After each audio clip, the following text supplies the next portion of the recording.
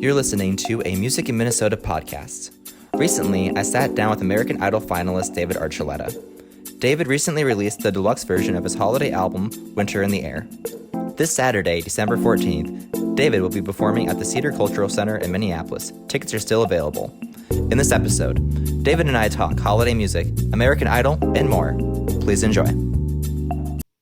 Hey David, how's it going, man?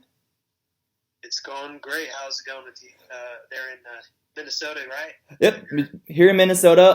Really cold already. So hopefully you're ready for that when your show comes in December.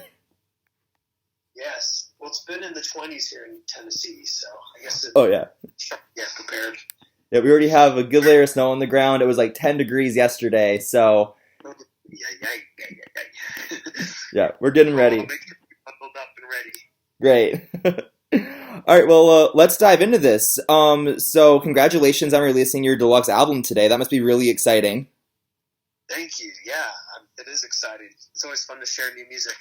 Yeah, so when it comes to like making a holiday album, what do you think makes a great holiday album? I think a holiday album, it's important to, it could go two ways. It could be fun and just get people happy and perked up for the holidays, or it could just help people relax because people are looking forward to being home. It's cold outside, so just getting up by the fireplace. So just having music that you can just chill to and reminisce on the holiday season too.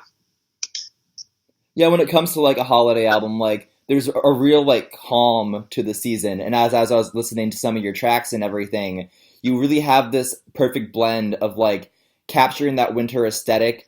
And the songs can even work like even past the holidays. So just like with keeping that in mind, what are you thinking of when you're like writing these songs and like choosing songs to cover as well?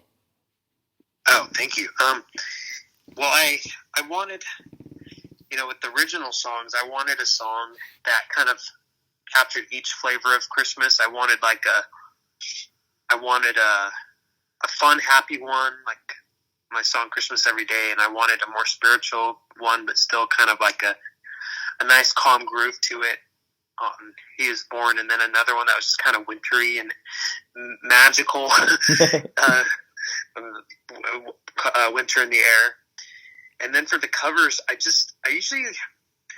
love like the traditional Christmas songs that just have that real nice, just silent stillness to Christmas vibe to it. But I also like the combination of the two, so I like that, but I also like just the fun, happy ones like Holly Jolly Christmas. And so I made sure to have a combination of the two on my Christmas album. Mm-hmm. Because I have two Christmas albums, so I guess my second Christmas album is what I'm referring to right now. Sure. So like really quick, if you don't mind my asking, like with your faith background and coming from LDS and everything, how does your personal background feed into the spiritual songs? I guess a lot because, we sing them all the time at church, all the Christmas songs all throughout December. And for the Christmas programs at church, I always learned the songs. Those are some of my first experiences really getting in front of people and singing in public. And so I think just growing up, just having a big reliance on God and just remembering Him and remembering Christ, so Christmas, a lot of the songs are about that when Jesus was born. And so you get that kind of reflection feeling in the songs and like that sacredness, that stillness from that moment. And I think it's really beautiful. So I've always really connected to that even when I was little. So I still love bringing that present into whatever I record and in my shows as well, amidst the fun and holly jolly times as well. Sure. Yeah. So going back to like some like early memories of music, what are some like holiday music memories that really stand out to you growing up that really helped like define who you are as an artist and help define how you just create? And I know that's kind of a large question, but take it as you will. Yeah. No, yeah. I just kind of chuckle because I always refer back to when my mom would dress there were 5 siblings, 5 of us, and so we would dress up. She made us Jackson 5 costumes, and like Wow. even like made the wigs and put it's like the shiny stuff sequins. Oh, cool. Sequins on these like outfits, so we looked like the Jackson 5, and we would perform them. We'd perform like up on the housetop and just some Jackson 5 Christmas songs for like nursing homes and hospitals, or at churches and things like that. It was just fun and I think that just helped kind of get out of our comfort zone. Like, oh, this is a little weird. That same time, you see how much people, they're not thinking like, oh, look how weird they look. They're just like, this is a lot of fun. Yeah. So those were some fun memories. And then my mom also taught us like 3-part harmonies of Christmas carols. So we would go Christmas caroling to some of the neighbors, and we'd sing for them. And it was just always neat, like how much it meant to people just to go up and sing a Christmas song for them. Sure. Like some people would start crying, like get emotional, and just be really grateful. Just even though all we're doing is just, we're just singing on their doorstep. But I think that made a big impact on me too, just to see how much singing us just one song can just help someone or make them feel happy. Yeah, that's awesome. That's really amazing. So more on Christmas stuff, kind of a more fun question. What's on your holiday list this year? My holiday list? Well, Minnesota is on my, really, the only thing on my list is my tour dates. How about like gift lists? Like what things like are you hoping to give or receive? So that's what's interesting. Like my family, we did it when we were little, but like when I hit like 12 or 13 years old, they completely stopped doing Christmas gifts. Sure. So we don't do it anymore. Mm-hmm. I like if I had a Christmas list, I would probably, I don't know, like a good massage or physical therapy session. Sure. Because I usually have like bad hips and that get like worn or like my back and stuff. So it's always good to, that's probably like the thing that would be on my list. But if I don't know, I don't really, since I don't do a list. Sure. Probably. Yeah, so some holiday self-care. Yeah, I think I like giving people those kind of things too as well. Like I like to gift them a therapy session or a DNA test or like a massage. I like giving people those kinds of things because I feel like it'll help them. Yeah, and music's one of those things too that really helps people during the holidays too, I feel like. Yeah, I guess you're right. So maybe I should just write another Christmas song. I don't know. No, so touring around the holidays and everything, what's like the best part about like just going across the country during the Christmas season? I love seeing just all the Christmas lights that are up in the towns. I think that's really fun, or the houses. It makes me feel like a little kid again, where you're just dazzled, like, ooh, by all the Christmas lights that are up, and I feel the same way. So I've been through the cities and things, and sometimes they'll have Christmas parades or things like that, and I just love it. It makes it feel like the whole world is like a big Disneyland. Sure. Because of all the, like a giant It's a Small World After All ride. It just makes it feel like you like alive somehow. So have you been in Minnesota before? I have. Yeah. What's some like standout Minnesota memories for you? I would say I guess it was my first time like being somewhere that was super cold, but that they had tunnels to walk in between buildings. Oh, the Skyway. Yeah. Yep. The Skyways. And I think Utah started doing some of that as well. But the first time I'd ever seen that was in Minnesota. So I thought that was pretty fun, pretty cool. Cool. And, I mean, other than that, I guess I haven't had time to really go around Minnesota other than just the few times that I've gone to do shows. Sure. So maybe I'll have to make time to see the ice castles. That'd be really cool. All right, cool. Well, really quick, switching gears here. So, American Idol, that's back on air right now. And I hope you don't mind if I ask you some questions about like just the industry in general and how American Idol kind of shaped you as a writer and performer, and how it gave you like a different platform than a lot of artists had starting out. So do you want to speak to that at all? Sure, sure, yeah. Well, it's definitely quite.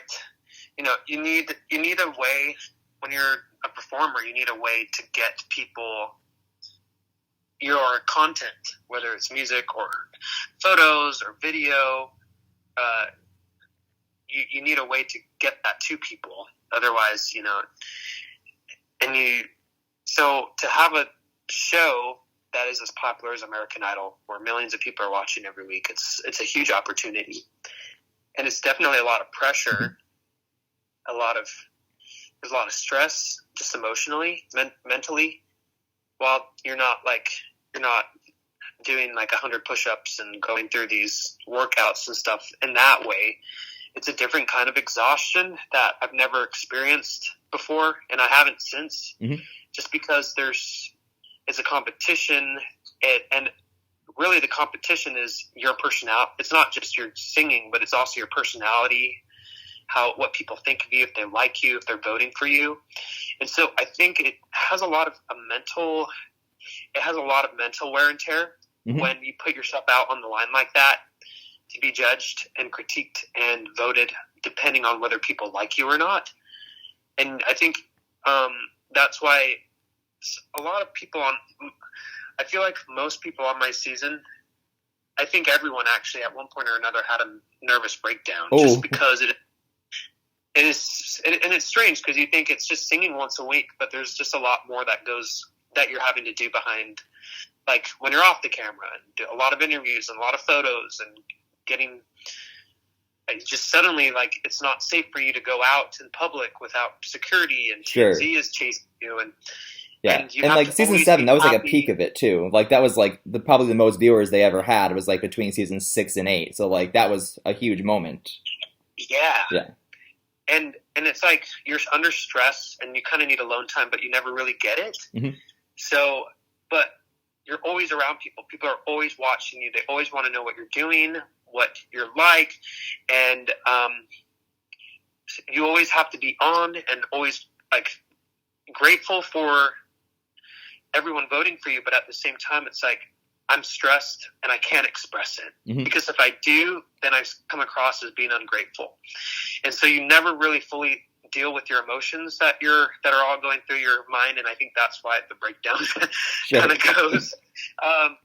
But after, I look at it as like the music, it was like the music business boot camp because I learned all about the business, how it's run, dealing with just being in the public eye, starting to meet other musicians, artists, producers, songwriters, record label reps, and just learning all the pieces and how important each relationship is, and keeping it. And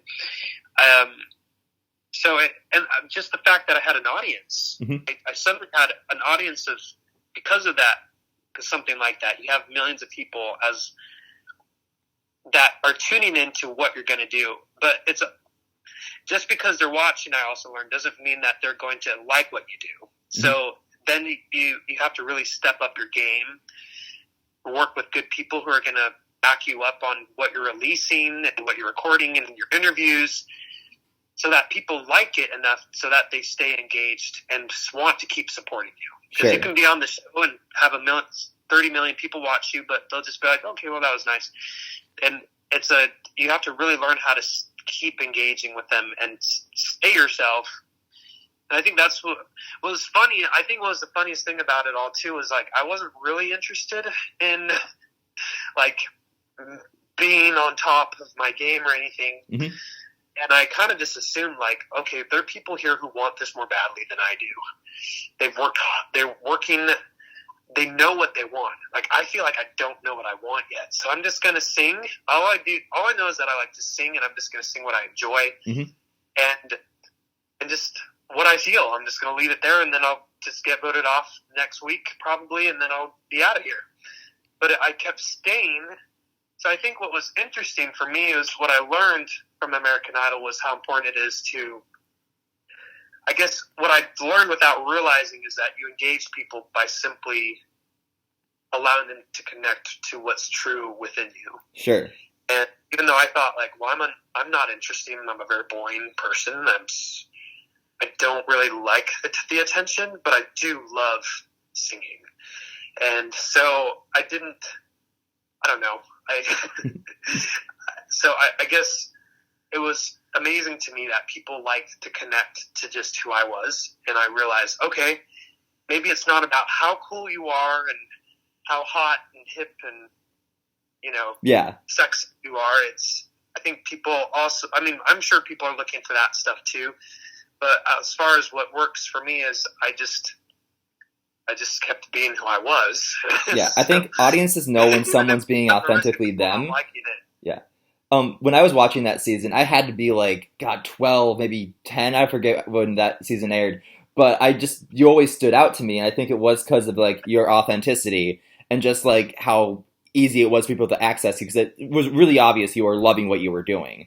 And I think that still speaks today because your YouTube videos get like 500,000 views each. Like that's a huge thing. Oh, thank you. Yeah. So with like self-releasing and like YouTube being a platform that a lot of young people have that wasn't really a thing in 2008, 2009, how does that really inform the music you're doing now that the soundscape has kind of changed? I think it gives people all the more the opportunity to choose who they want to be. Mm-hmm. Because I think before it was kind of like, it's their music record labels and they have a business and they're kind of like, we're looking for this. Who can fit this model? And it's kind of like a work for hire thing where it's like, do you fit the job subscription? Do you fit the audition? Okay, if you can be a little more like this other famous popular artist, then we'll take you on. If you can make your music sound a little more, or you can act a little more this way, you'll be what we want you to be, and we can sell that and put money into it. Mm-hmm. Whereas now it's like you can basically have your own. You don't need to be interviewed by certain places. Like you can do your own interview and Q&As with your fans. Like, they can ask you yourself like all the time. And you can so it's like you have just a lot more control over what kind of artist you want to be, what you want to say, which I think is very powerful. Sure. These days. It'll be interesting to see what happens in the next 5-10 years. All right, well, I think that's wrapping up the time that we have. I don't want to take up any more of your time, but I just want to say thank you so much for letting me interview you today. This has been so much fun, and I'm really excited to see you at Cedar. That's going to be a great show in Minneapolis. Thank you. Thank you very much. Well, thanks for your time, and I hope you enjoyed the show as well. Thank you for listening to my very first Music in Minnesota podcast. If you like what you heard, let me know, and I'll be happy to do more episodes in the future. If you want to hear more, I have one informal episode from 2018, an interview with comedy band Ninja Sex Party. Don't forget to add David Archuleta's holiday tunes to your Christmas playlist, and catch him live this Saturday at the Cedar Cultural Center. This is Dylan Novacek signing off. Thank you, and happy holidays.